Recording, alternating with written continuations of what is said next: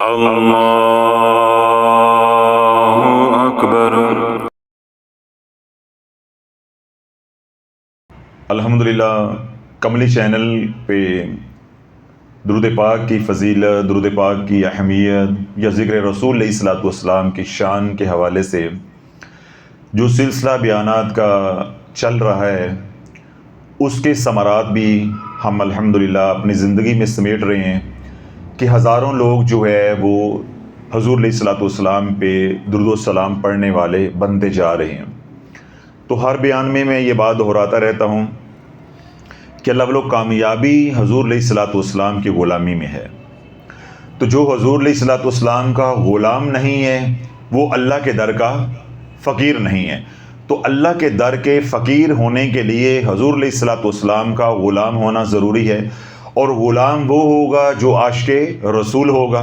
تو عاشق رسول وہ ہوگا جو حضور علیہ الصلوۃ والسلام کا ذکر کرنے والا ہے۔ تو یوں ذکر رسول علیہ الصلوۃ والسلام بنیاد ہے عشق رسول علیہ الصلوۃ والسلام کی، اور عشق رسول بنیاد ہے غلامی رسول کی، اور غلامی رسول بنیاد ہے فقیری کی، اللہ کے در کی، ولایت کی۔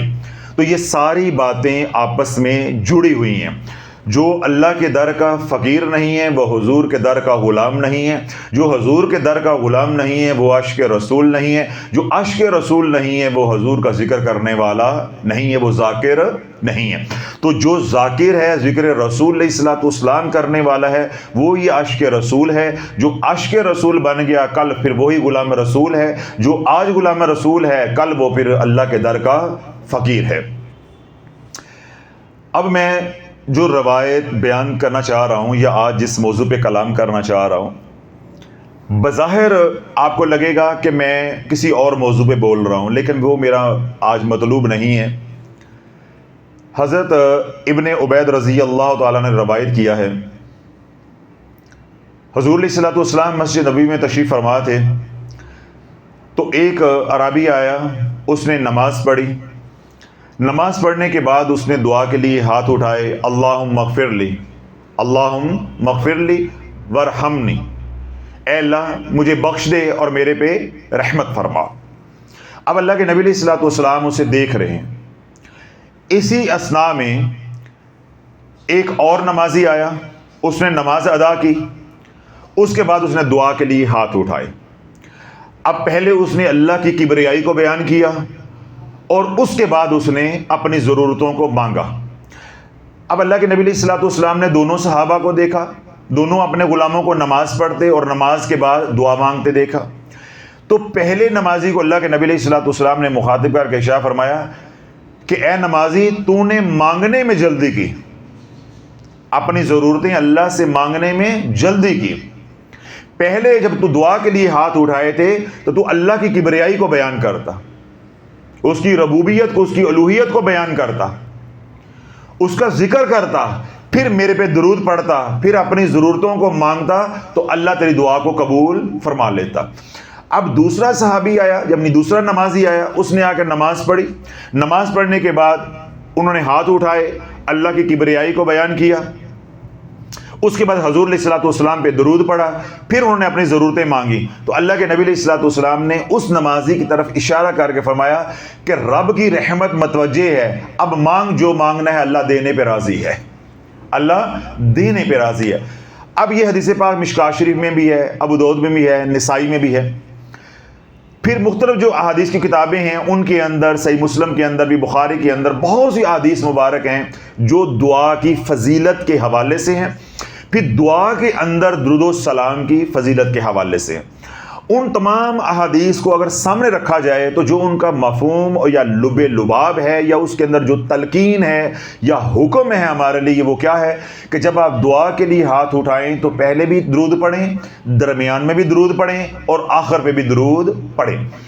لیکن جو صحیح سند کے ساتھ احادیث ہیں یا جن پہ اوپر اجماع امت ہے، یا ہمارا جو طریقہ بزرگان کا چلا آ رہا ہے، وہ کیا ہے کہ ہم جو دعا ہے اس کے اول یعنی آغاز پہ بھی درود پاک پڑھتے ہیں اور آخر پہ بھی درود پاک پڑھتے ہیں۔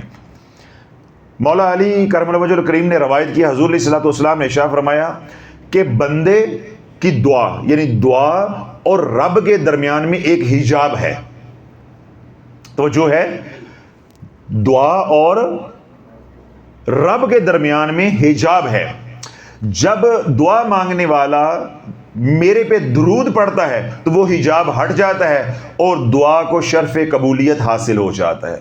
اور جب دعا مانگنے والا بن درود کے دعا مانگتا ہے تو وہ دعا جو ہے وہ شرف قبولیت حاصل نہیں کر پاتی، وہ معلق رہتی ہے اور بسا اوقات واپس لوٹا دی جاتی ہے، یعنی وہ دعا قبول نہیں ہوتی. اب اس حدیث پاک کا جو مفہوم ہے وہ صرف اتنا ہے کہ اگر آپ دعا مانگ رہے ہیں تو آپ بغیر درود پاک پڑھے دعا مانگ رہے ہیں تو آپ کی دعا کو شرف قبولیت حاصل نہیں ہوگا. وہ حجاب جو دعا اور اللہ رب العزت کے درمیان ہے وہ حجاب دعا کو اوپر جانے نہیں دیتا، یعنی بارگاہ الہی میں شرف قبولیت حاصل نہیں کرنے دیتا. اب دیکھیں جو میں بول رہا ہوں اس سے آپ کو یہ لگ رہا ہے کہ میں دعا کی فضیلت کے اوپر کلام کر رہا ہوں، دعا کی فضیلت کے اوپر کلام کر رہا ہوں. میں اللہ والو جو ان دو احادیث مبارک کا مفہوم بیان کر کے جو آج نقطہ آپ کو سمجھانا چاہتا ہوں یا آپ کا احساس یا آپ کی توجہ جدت دلانا چاہتا ہوں وہ یہ ہے کہ جب ہم دعا مانگیں تو ہم اول و آخر درود نہ پڑھیں تو دعا قبول نہیں ہوتی.